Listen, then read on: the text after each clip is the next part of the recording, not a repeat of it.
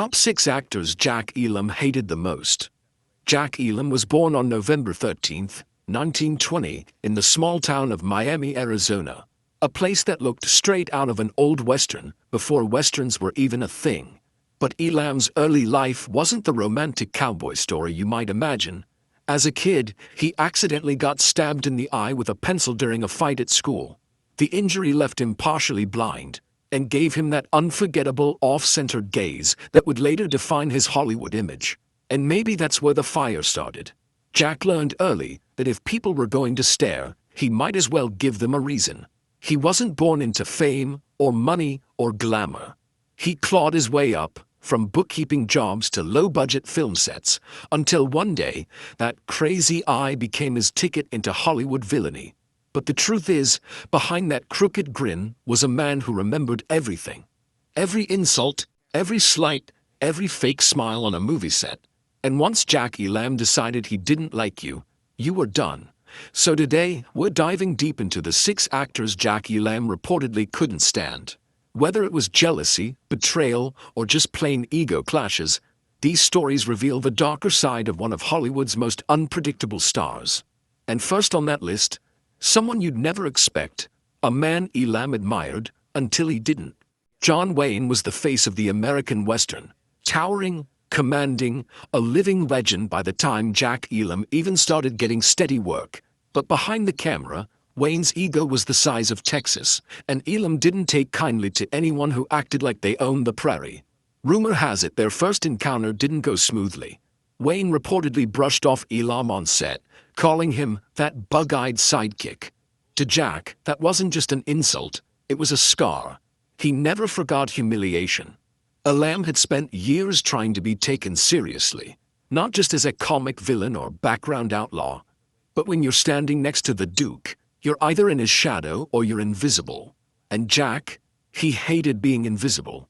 Co-stars later recalled how Elam would intentionally steal scenes, timing his grimaces, his snarls, even his pauses to pull focus away from Wayne. One insider joked, "When Jack Elam was on screen, you watched him, not the Duke." That kind of scene stealing didn't sit well with Wayne, and soon enough, Jack found himself quietly blacklisted from some of the bigger productions Wayne was involved in.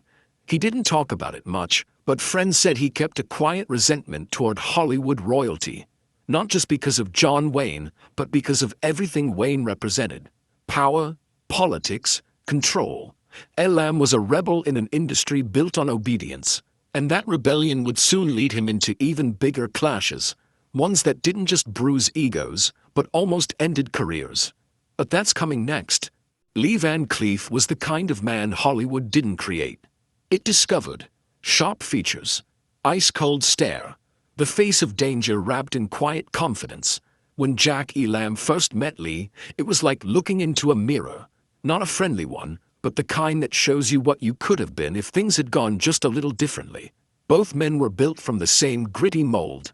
Character actors who clawed their way into the Western world by playing outlaws, killers, or crooked sheriffs. But while Lee Van Cleef's career exploded after The Good, the Bad, and the Ugly, Jack's had already started to slow down. People whispered, Van Cleef's the new Elam, and that drove Jack crazy. He'd spent decades earning that menacing look, the twitch of the eye, the lazy drawl, the unpredictable grin. Now Hollywood was giving it all to a younger version of himself. Elam wasn't one to fake friendship. On set, he'd stay polite, professional, but if someone mentioned Van Cleef, his tone would change. Sure, he'd say with that slow Arizona rasp, "He's good, but he ain't me." There were even rumors that when producers offered Elam a small role in a film Van Cleef was headlining, Jack turned it down flat. He didn't want to be the other guy anymore. To Elam, Van Cleef represented everything he despised about the new Hollywood: polished grit, photogenic danger, style over scars. Jack had earned his face, Lee had used his, and that resentment never really left. It followed him through interviews, through the bars he drank at, through the stories he told to anyone who'd listen. You could almost hear the unspoken question in his voice. What happens when the world finds a new version of you and decides it likes him better? But Jack's bitterness wasn't done growing, because the next actor on his list, that feud didn't come from jealousy. It came from betrayal. Clint Eastwood wasn't just a name, he was a wave. When he hit Hollywood, everything changed. The quiet gunslinger, the man with no name, the calm before the kill. He was everything Jack Elam had been training to be, only cooler, cleaner, and packaged for a new era. At first, Jack actually liked Clint. He saw in him a kind of rawness that reminded him of the early Western stars, men who didn't act tough, they were tough. But as Eastwood's fame skyrocketed, something shifted. The old guard, including Elam, began to fade into the background, their rough-around-the-edges realism replaced by this smooth, laconic coolness. People stopped calling Elam for leads. Instead they called Eastwood. Same roles, same tone. Just younger, prettier, and politically connected. There's a story, whispered among crew members, that Elam once auditioned for a supporting role in a Western Eastwood was directing. Clint reportedly smiled, shook his hand, and then cast someone else. When Elam heard the news, he supposedly just laughed and muttered, "Guess I taught him too well." It sounds like a joke, but friends said he never got over it. Jack was old Hollywood grit, the man who'd spit blood, light a cigar, and walk through fire for a good take. Clint represented the new Hollywood, one where image mattered more than instinct. And that, for Jack Elam, was unforgivable. He felt replaced, outmaneuvered by the very type of actor he'd helped inspire. Worse, Eastwood never looked back. No call, no cameo, no acknowledgement. Jack once said in an interview, half smiling, half snarling, "Funny thing about this town, the second you stop being useful, they pretend they never knew your name." But what Clint didn't realize was that Jack Elam never forgot, and while he wouldn't say it out loud, everyone who knew him could tell. Behind those glassy eyes, that lazy grin, there was a storm brewing. Because for Elam, every feud was personal, and the next one on his list, it wasn't about competition, it was about revenge. Kirk Douglas wasn't just an actor, he was a force, the kind of man who could walk onto a set and make the air itself change. But that kind of power, it didn't sit well with Jack Elam, a man who believed respect was something you earned, not something you demanded. The two met while filming a Western in the late 50s. Douglas was the star, the poster name, the Hollywood golden boy. Elam was there to do what he always did, steal scenes, deliver fire, and make audiences remember the outlaw more than the hero. And that's exactly what happened. During one intense saloon scene, Elam reportedly added an unscripted line, a growled insult that made the whole crew laugh. Douglas didn't. He stopped the take, slammed his script shut, and said, "This isn't your scene, Jack." The room went silent. Elam just smiled. "Guess it is now," he replied. That was the day the feud began. For the rest of the shoot, Douglas reportedly refused to make eye contact with him. He told the director, "Keep that man out of my frame." But the camera loved Jack too much. Every twitch of his eye, every lazy grin, audiences remembered him. Later, when Douglas heard how fans were talking about that crazy-eyed guy who stole the show, he wasn't amused. He called Elam undisciplined, unprofessional, and difficult. Jack didn't care. In fact, he took pride in it. To him, that label meant freedom. But under the surface, something darker grew. A quiet, burning dislike for every Hollywood royalty who thought fame gave them the right to treat others like props. Years later, when someone asked Elam about Kirk Douglas, he just leaned back, smirked, and said, "I liked him better when he wasn't talking." And that one sentence said everything. It wasn't just about Douglas, it was about what Jack despised most. Arrogance without soul. But arrogance was one thing. The next man on Jack's list, that was something else entirely. Because that feud didn't start with an insult. It started with a betrayal that cut deep. Charles Bronson was one of the few men in Hollywood Jack Elam actually admired. They came from similar worlds, rough childhoods, hard work, no silver spoons. They both built their careers the same way, with grit, sweat, and that unmistakable intensity that couldn't be faked. At first, they got along. They shared whiskey, traded war stories, and even talked about doing a movie together. A dark Western that would show the world what real, raw acting looked like. But when the time came, Bronson took the project for himself. Rumor has it, a studio approached both men for the same role. A ruthless outlaw who finds redemption in the desert. Elam loved the script. He'd been waiting for a part like that his entire life. But before he could even sign, Bronson's team swooped in, made a private deal, and the role was gone. Jack found out from a newspaper headline. He didn't say much, at least not publicly. But his friends noticed a change in him. Quieter, sharper, more withdrawn. One night at a bar in Santa Monica, someone brought up Bronson's name. Jack took a slow drag from his cigarette, looked at the guy and said, "Some men steal money. Others steal dreams." It wasn't anger in his voice. It was disappointment. The kind that only comes when someone you trusted flips the script. Years later, when Bronson's film became a hit, reporters asked Elam if he ever wished he'd been in it. He smiled that crooked smile and said, "I was in it, in spirit. He just played my ghost." That line became legendary among his peers. Because it wasn't just about Bronson. It was about Hollywood itself, how this business could turn brothers into rivals and friends into enemies. After that, Elam never spoke to Bronson again. He didn't have to. The silence said it all. And while that betrayal burned deep, it also hardened Jack. He stopped trusting easily. He stopped caring what people thought. And he began doing something even more dangerous. He started telling the truth. And once Jack Elam decided to start talking, really talking, there were a few people in Hollywood who wished he hadn't. Because the next names on his list, they weren't enemies by chance. They were enemies by design. James Coburn was the kind of man who could walk into a room and own it without saying a word. That toothy grin, that effortless swagger, Hollywood loved him. But to Jack Elam, it all felt too smooth, too practiced, too fake.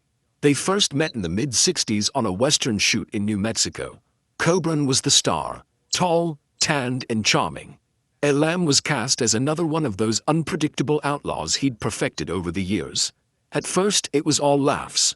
Coburn would joke with the crew, compliment Elam's crazy eye, and talk about how great the movie would look on screen. But Jack noticed something. Every time Coburn smiled at him, his eyes didn't follow. It was that Hollywood kind of friendliness, the kind that disappears the moment the cameras stop rolling. Halfway through production, rumors spread that Coburn had convinced the director to cut one of Elam's solo scenes. A moment that showed his character's depth, his humanity. Jack didn't confront him directly. He just kept it quiet, professional. But when the final cut came out and that scene was missing, everyone knew. Elam didn't forget. Years later, when asked about Coburn in an interview, Elam said, "He was a hell of an actor. But acting's the easy part. Being decent's harder." That line hit deep in Hollywood circles. Everyone knew who he was talking about. The truth was, Elam had no problem losing screen time. He'd been in hundreds of films, big and small. What hurt him was betrayal wrapped in a smile. To him, that was worse than a fight, worse than an insult, because it was personal. And the irony? Coburn later played characters who were morally gray, smooth-talking men who'd stab you with a grin. Almost poetic, really. Elam saw that kind of hypocrisy everywhere. The fake compliments, the forced friendships, the endless handshakes that meant nothing. And with Coburn, something in Jack snapped. He started pulling away from the Hollywood scene. Fewer parties, fewer interviews, fewer smiles. He once told a friend, "You start smiling too much in this town, and you forget who you are." That bitterness, that disillusionment, it was building. But he still had one more grudge. And this one wasn't about jealousy or betrayal. It was about something darker. A man Jack believed had used him. And that man's name was Henry Fonda. Henry Fonda was Hollywood royalty. Calm, noble, the face of quiet decency. To the public, he was the ultimate good guy. To Jack Elam, he was a mask that never came off. They worked together on a small project in the early 60s, long before Once Upon a Time in the West turned Fonda into an unexpected villain. Back then, everyone treated Fonda like a king. The crew whispered when he walked by. Directors deferred to him. Younger actors studied his every move like it was sacred. Jack respected him at first. He admired Fonda's precision, his calm. But then, something strange happened. According to several crew members, Fonda began advising Jack on how to tone down his performance, telling him to move less, blink less, save it for the close-up. At first, Jack thought it was helpful advice. Then he realized what was really going on. Fonda wasn't helping, he was containing him. By keeping Elam subdued, Fonda stayed the visual center of every frame. When Jack finally saw the dailies, raw footage of the scenes, he noticed it.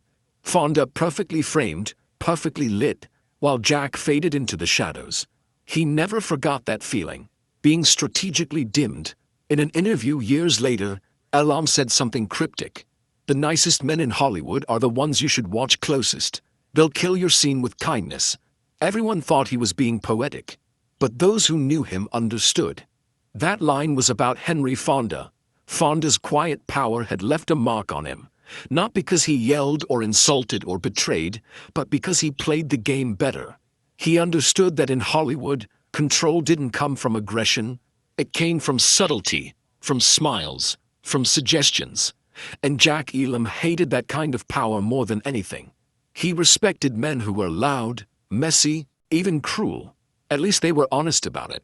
But the ones who played nice while pulling strings behind the curtain, those were the ones he couldn't forgive.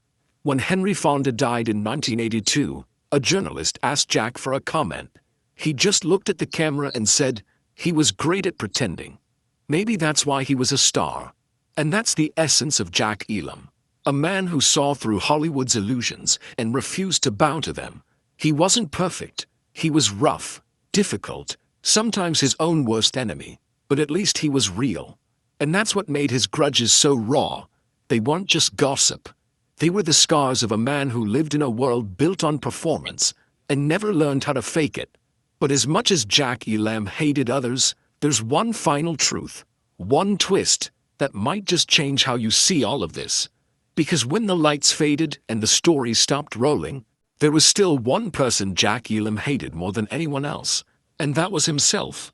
There was one more name on Jack Elam's secret list, a name he never said out loud, not to the press, not even to his friends after a few drinks. But people around him hinted. They said it wasn't an actor, it wasn't a director, it wasn't even someone famous. It was someone behind the camera, a producer who nearly destroyed his career before it even started. Hollywood whispers said this man, let's call him Howard, though that may not have been his real name, once promised Elam his breakout role in a major studio western. Jack was still new, still hungry, still desperate for a shot. He'd memorized every line, every beat, every damn second of that script. And then, the night before filming started, Howard called him and said, "Sorry, kid. We went with someone more camera-friendly." That someone ended up being an actor with perfect hair, perfect teeth, and no soul. Elam didn't just lose the role. He lost his chance. For years, studios saw him as that weird-eyed guy who wasn't quite leading material. He had to start all over again, taking whatever roles he could, gamblers, drunks, crooks, corpses. And while he became a legend in his own right, that betrayal never left him. He never named the man, never said a word in public. But if you listened closely to his interviews, you could feel it between the lines. When a reporter once asked him, "What's the hardest part about working in Hollywood?" Jack smiled that slow, dangerous smile and said, "Believing people when they tell you they're your friend." That wasn't about an actor. That was about Howard. Every time Jack walked on set, that ghost followed him. Every time someone promised him a big break, he remembered that call. That's why he didn't trust the system. Why he didn't play nice with the industry's yes men. Because the truth is, the people who smile and shake your hand in Hollywood aren't always the ones who keep you alive. Sometimes they're the ones holding the knife. And for Jack Elam, that one betrayal defined everything that came after. His attitude, his paranoia, his defiance. He didn't just hate that man. He hated what that man represented. The part of Hollywood that takes the wild ones, the real ones, and tries to make them safe. But Elam was never meant to be safe. He was meant to be dangerous. And that danger, that raw, unpredictable energy, is what made him unforgettable. Still, even Elam's hatred had limits, because deep down, he knew that every grudge, every scar, every enemy was also part of the story that made him who he was. And that brings us to something most fans never realize. It's not just about who he hated, it's about why. Here's the thing nobody ever says about Jack Elam. He didn't really hate people. He hated what fame did to them. Every feud, from John Wayne to Henry Fonda, came from the same wound. He couldn't stand watching people trade authenticity for acceptance.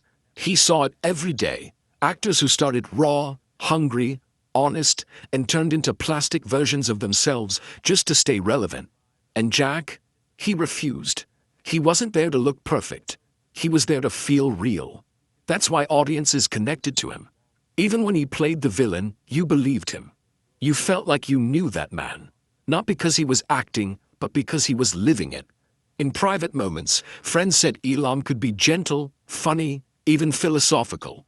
He'd sit on a porch in California with a cigar, watching the sun drop behind the hills, and say things like, "You ever notice how this town builds? You up just to see what sound you make when you fall?" That was Jack, half philosopher, half outlaw. A man who could laugh at his own scars and still find poetry in them. But here's the twist. Many of the people he supposedly hated actually respected him. Some even admired him from afar. Clint Eastwood once said in an interview, Jack Elam was one of the real ones. You always knew what you were gonna get. No act, no politics. And Lee Van Cleef, the man he once saw as his mirror, sent a quiet tribute after Elam's death, saying, Jack made you believe in villains again. So maybe, just maybe, all that hate wasn't what it seemed. Maybe it was just passion, twisted by disappointment, sharpened by honesty. Because when you spend decades in a business built on illusion, being real feels like rebellion. Jack Elam wasn't at war with people. He was at war with pretending. And that's the secret that ties all these stories together. The reason his legend still hits hard even now. He didn't play by Hollywood's rules. He burned them, laughed, and kept walking. And in a world obsessed with being liked, maybe that's what made him unforgettable. But as every story circles back to its beginning, there's one final truth we have to face. Jack Elam's real fight wasn't with others, it was with himself. And that's where our story goes next. Because the last chapters of his life reveal something even darker and strangely beautiful about what happens when a man's greatest strength becomes his deepest wound. When you lay out all the names, John Wayne, Lee Van Cleef, Clint Eastwood, Kirk Douglas, Charles Bronson, Henry Fonda, it almost reads like a hall of fame. 6 men who defined Hollywood masculinity. 6 icons. 6 reflections of everything Jack Elam both admired and despised. At first glance, it looks like hate. But if you listen closer, it's something else. Something deeper. Each of those men represented a world that was slowly pushing Jack out. They were clean-cut, charismatic, politically savvy. They knew how to play the game, how to keep the cameras on their side and the headlines polished. Jack didn't. Jack couldn't. He didn't have that filter, that built-in politeness that made other men likable. He spoke like a man who'd lived too long in the desert. Blunt, dry, unpredictable. Hollywood didn't know what to do with that kind of honesty. But here's the twist most people miss. Every one of those so-called feuds started with respect. He liked John Wayne before he hated him. He admired Clint before he felt replaced. He trusted Bronson before he felt betrayed. Jack didn't go looking for enemies. He just didn't know how to fake friendship when it stopped being real. And maybe that's why people still talk about him. Because in a town built on smiling liars, Jack Elam was painfully, brutally authentic. He wasn't just playing villains. He was living out a war between truth and illusion every single day of his career. And when that truth cost him roles, connections, and fame, he didn't care. Because to Jack, there were worse things than being hated. Being fake was one of them. But there's another side to that kind of fire. A quieter one that few people ever saw. Because once the lights went out and the crowds were gone, Jack wasn't thinking about revenge or rivals. He was thinking about something else entirely. Something that haunted him more than any enemy ever could.